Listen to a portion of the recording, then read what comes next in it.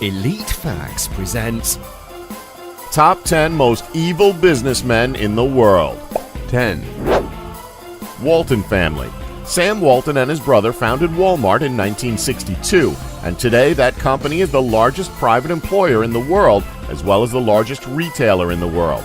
For all its wealth, an estimated $421 billion, it has an equal number of evil practices attributable to it. Walmart is most often accused of treating employees like a commodity, and no act better proves that than the case of 52-year-old Deborah Shank. After becoming paralyzed in a collision with a semi, Shank's family was awarded $700,000 in damages.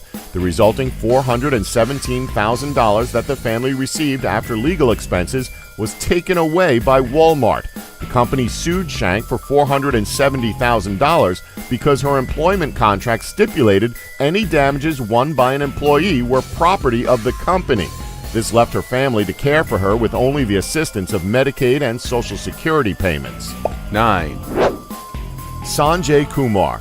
Kumar was the former CEO of Computer Associates who began defrauding the company before 2000.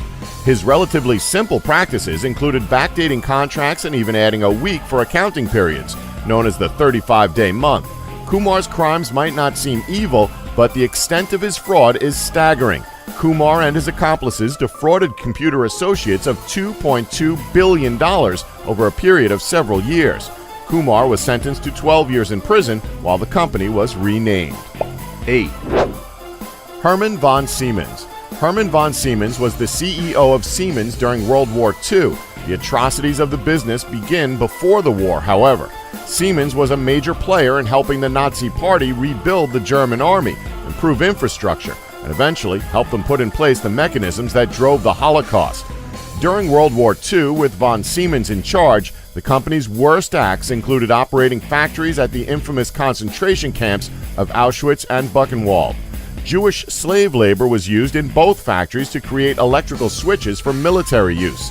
Those same slave laborers would later meet a grisly end inside of Siemens-built gas chambers operated at both camps. 7. Richard Scruggs. Richard Scruggs' evil practices while in charge of Health South are almost too numerous to list. He was twice charged with 30 counts each of illegal practices while acting as CEO for Health South. His crimes included authorizing the termination of whistleblowers, bribery, fraudulent accounting practices, extortion, money laundering, and mail fraud, among others. Although he managed to avoid jail in 2003 on the first 30 counts, he was later convicted on 30 different charges in 2007 and sentenced to 6 years and 10 months in prison. Health South survived Scruggs' abuses. 6. Robert Rubin. Robert Rubin might be one of the few men who can be directly linked to the 2008 financial collapse that struck the economies of the world. Rubin wriggled his way into the Treasury Secretary position under President Bill Clinton and helped usher in one of the greatest deregulatory eras in U.S. history.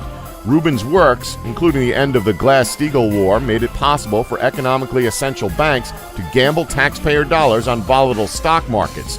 Those actions allowed the formation of Citigroup and other too-big-to-fail banks and financial institutions.